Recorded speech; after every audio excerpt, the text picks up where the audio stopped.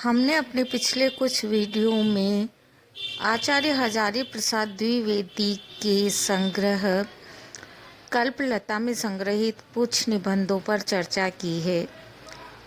संस्कृतियों का संगम निबंध में हमने इस बात को जाना था कि भारतीय संस्कृति केवल किसी एक संस्कृति से बनकर तैयार नहीं हुई है, वह अनेक संस्कृतियों का संगम है।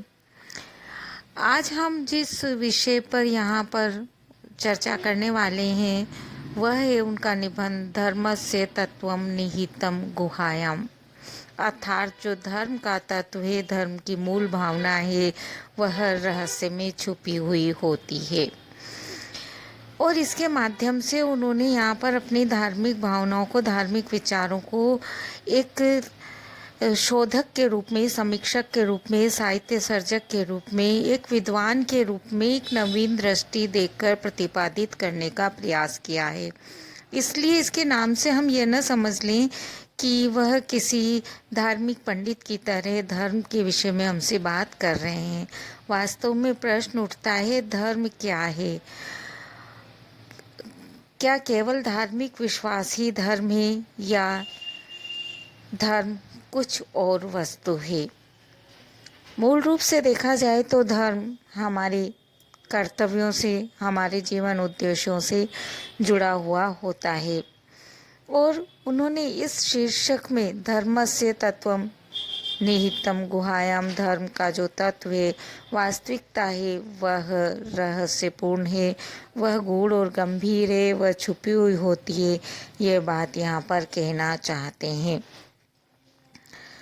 और वह तत्व किस तरह से छुपा हुआ होता है? उन्होंने कहा है कि वह अंधकारपूर्ण गुफा में जैसे छुपा हुआ होता है। एक बात और उन्होंने यहाँ पर कहना चाहिए, और वह कहते हैं कि जो कुछ भी असलियत है, जो कुछ भी वास्तविक है, सत्य है, उसका मुख स्वर्ण से निर्मित पात्र में बंद रहता है, अर्थात सत्य स्वर्ण में दबा हुआ होता है। जो सत्य है उस पात्र का मुख स्वर्ण से आवृत रहता है, और जब स्वर्ण से वह आवृत है तो जो स्वर्ण हमें दिखाता है वही हम देखते हैं। जब तक यह सुवर्णमय आवरण नहीं हट जाता, जब तक हम इसे नहीं हटा लेते, जब तक हम सत्य का साक्षात्कार नहीं कर सकते। यही स्थिति धर्म की है। धर्म अंधकार में छुपा हुआ है, इसलिए वह गुफा में है, और जो इस अंधकार रूपी गुफा को हटा देता है वही धर्म के वास्तविक स्वरूप का साक्षात्कार कर सकता है। और इस निबंध के माध्यम से द्विवेदी जी ये कहना चाहते हैं कि धर्म, जिसे आज हम धर्म मानते हैं, ये धर्म साधना बड़ी जटिल चीज़ है, और जिसे आज हम अपनाए हुए हैं वह किसी एक विश्वास पर या किसी एक जाति के विश्वास पर टिकी हुई भावना नहीं है। अनेक जातियाँ, अनेक धर्म और अनेक विश्वास मिलकर आज के धर्म के रूप में अभिव्यक्त हुए हैं। इसीलिए भारतीय धर्म साधना की जटिलता के विषय में लेखक ने यहाँ पर अपने विचारों को अभिव्यक्त किया है। धर्म साधना, जो भारतीय धर्म साधना की बात हम यहाँ कर रहे हैं, वह बहुत ज़्यादा जटिल है, और इसका कारण है कि इसका इतिहास बहुत प्राचीन है। हम जब भी हमें आवश्यकता पड़ती है तब हम धर्म के नाम पर जिन ग्रंथों का अध्ययन करते हैं उसमें कुछ वैदिक है, कुछ बौद्ध से संबंधित है, और कुछ जैन साहित्य से संबंधित ग्रंथ है। कुछ प्राचीन साहित्य भी हमें उपलब्ध होता है, और ये जो साहित्य हमें उपलब्ध होता है वह सब आर्य भाषाओं में लिखा हुआ मिलता है, चाहे वह संस्कृत हो, चाहे वह पाली हो या प्राकृत भाषाएं हो, ये सभी आर्य भाषाओं के अंतर्गत आती है। और यहाँ पर द्विवेदी जी ये प्रश्न उठाना चाहते हैं कि यदि हम सावधानी पूर्वक और सूक्ष्मता से भारतीय साहित्य को देखें तो ये बात स्पष्ट हो जाती है कि केवल आर्य भाषाओं में लिखित साहित्य कितना ही भी महत्वपूर्ण क्यों न हो, इस देश की जनता के विश्वासों और धर्म साधनों की जानकारी के लिए वह बिल्कुल पर्याप्त नहीं है। मतलब द्विवेदी जी ये कहना चाहते हैं कि भारतीय धर्म साधना अत्यंत जटिल है। इसकी जटिलताओं को समझने के लिए हमें आर्य भाषाओं में उपलब्ध साहित्य के अतिरिक्त भी बहुत कुछ देखना होगा। वास्तव में वे कहना चाहते हैं कि आर्यों के पहले और बाद में भी अनेक आर्येतर जातियां हमारे देश में रहती थी। उनमें से अधिकांश धीरे धीरे आर्य भाषी भले ही होती गई हो, परंतु इन जातियों की अपनी भाषाएं भी रही होंगी। उन भाषाओं को लिखित या अलिखित साहित्य कैसा था, यह जानने का साधन हमारे पास उपलब्ध नहीं है, पर हमें उस ओर प्रयास करना चाहिए। और यदि हमें वह साहित्य किसी तरह से मिल जाता है तो बहुत सी बातें खुलकर सामने आ सकती है। इसी तरह से एक बात और स्वीकार की जाती है कि आर्यों से पहले इस देश में महान द्रविड़ सभ्यता वर्तमान थी। उस सभ्यता के अनेक महत्वपूर्ण जो उपादान थे बाद में भारतीय धर्म साधना के हिस्से बन गए, पर इतने को भी वे पर्याप्त नहीं मानते हैं। वह यह मानना चाहते हैं कि धर्म का कोई स्वरूप और उससे जुड़े विश्वासों की कोई रूपरेखा इससे उजागर नहीं होती। हमें चूंकि द्रविड़ सभ्यता का संबंध सुदूर मिस्र और बेबीलोनिया तक स्थापित माना गया है, उसके प्रमाण हमें मिले हैं। धीरे धीरे यह विश्वास भी ज्ञानियों का बढ़ता जा रहा है कि द्रविड़ जाति की कल्पना मात्र नहीं है।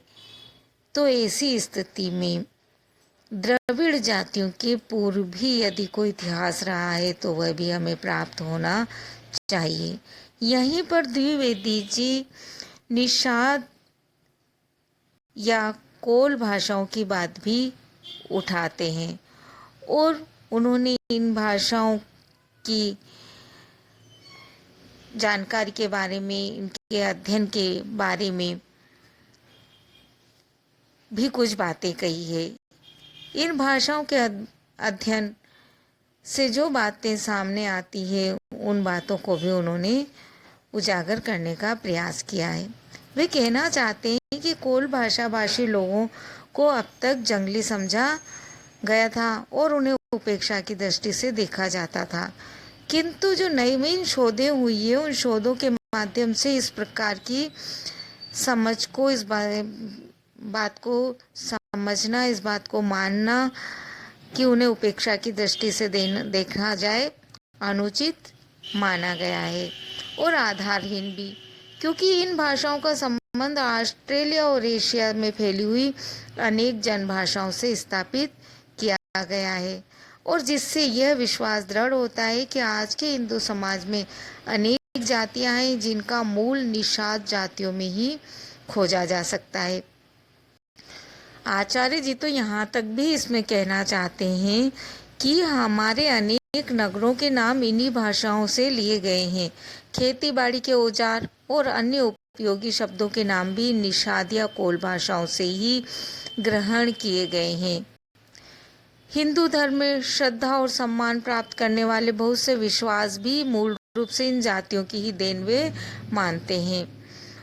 द्विवेदी जी ने प्रोफेसर सिल्वी लेबी और उनके शिष्यों के संदर्भ में इस रहस्य का उद्घाटन भी किया है और हमारे धर्म विश्वासों का मूल भी इन्हीं जातियों में खोजने की बात वे करते हैं। उन्होंने आर्येतर विश्वास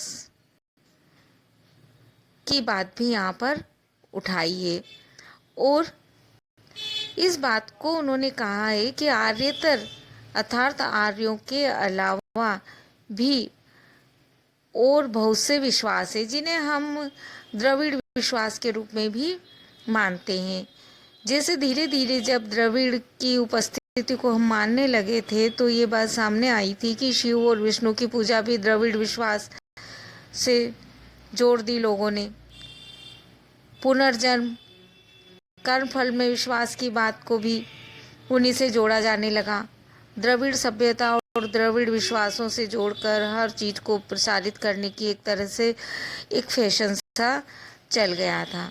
पर यहाँ द्विवेदी जी इस बात को थोड़ा सा और आगे बढ़ाते हुए कहना चाहते हैं कि हम अपने विश्वास को द्रविड़ विश्वासों से जोड़ते हैं, परंतु कुछ नवीन बातें भी हमें यहाँ पर ध्यान रखना होगा। वे स्पष्ट करते हैं कि हमारे धार्मिक विश्वास द्रविड़ सभ्यता और उसके विश्वासों से ही संबंधित है, किंतु अब इन तथ्यों की या इन तथ्यों से जुड़ी हुई बातों की पुनर्परख करना हमें आवश्यक हो जाता है। उन्होंने कहा है कि सभी आर्य पूर्व और आर्यतर विश्वास द्रविड़ विश्वास ही नहीं है, और भी कोई बात हो सकती है। सभी आर्य पूर्व और आर्यतर विश्वासों का मूल खोजना अत्यंत कठिन है, पर फिर भी यदि प्रयास किया जाए तो कोई बुराई नहीं है, उस ओर प्रयास होना चाहिए। इसीलिए वह देश के इतिहास के अंदर विद्यमान विरोधाभासों पर भी यहाँ पर प्रश्न उठाते हैं कि हमारे देश के इतिहास का एक बड़ा विरोधाभास भी है।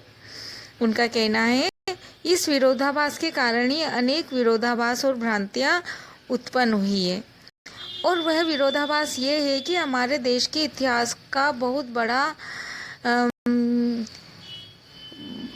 विश्वास ये है कि नए ग्रंथ अपेक्षाकृत पुरानी बातों को नहीं बताते, जबकि यदि देखा जाए तो सही में विश्वास वाली बात यह है जो विरोधाभास के रूप में सामने आती है, जो कि नए जो शोध ग्रंथ है वे अपेक्षाकृत पुरानी बातों को भी वो बता देते हैं। मतलब जितनी बातें हमें पता है उनसे ज़्यादा उनके पहले की बातों को भी वह कहीं स्पष्ट कर देते हैं।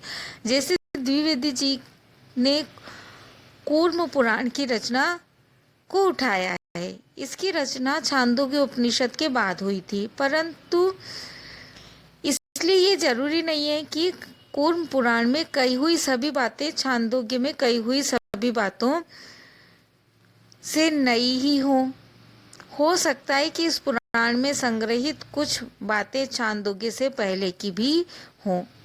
इसी तरह से जैन आगमों का संकलन बहुत बाद में हुआ, पर इसलिए यह नहीं कहा जा सकता कि इन आगमों में संकलन काल से पूर्व की बातें नहीं है।